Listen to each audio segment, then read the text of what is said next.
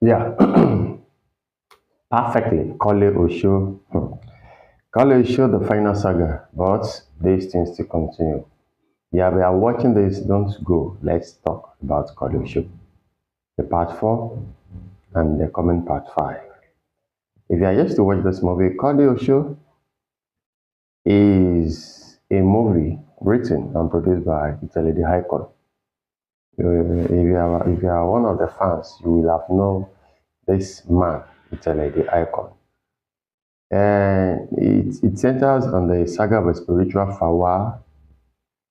It centers on the spiritual power, family legacy, and supernatural welfare crafted by director Ibrahim Tele, as been said before. So it opens with the awakening of the darkened forces and ancient trust surfacing. It's full of temptation, betrayal, alliances unravel as Koleosho faces his greatest challenge yet. Okay, let's quickly talk about the main five characters and the roles played by them in this movie. The first character is Ibrahim Itele, that is Ibrahim Yekini, as Koleosho himself, the central heir of the Oshogbeni clan, possessing immense wizardry power passed down by his father. Isaac intensifies here as he confronts disloyalty and supernatural enemies. While the second cast, Saliu Balagade, popularly known as Oshogbeni, is the ardent patriarch who instilled dark magic into his children. His influence looms large in shaping part 4 of this drama. That is Sholagbade, popularly known as Oshogbeni in this movie. And the next is Akin Folarin Olamide as Efun.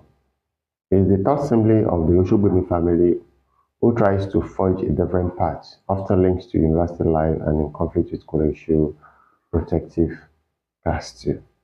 Okay.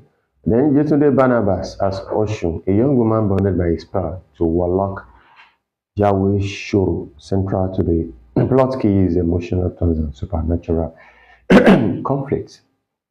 That is how it goes in part 4. Now the part 5, let me say it in 3 rather.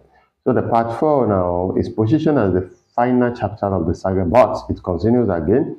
It continues again. Let me, the theme now is the spiritual inheritance versus destiny now. Those are the themes, the intersection of traditional modernity and state authority, question of morality, power, world, and without accountability. The performance is very, is awesome. Okay, the strength, rich in Yoruba spiritual law, vivid supernatural set piece, strong familiar lyrics with dramatic intensity. Weakness, continued ambiguity in story resolution, pacing remains an issues emotional arc less satisfying for viewers unfamiliar with previous parts. Koleosho, as we all know that this movie titled Koleosho is is one of the greatest movie presently, circulating now.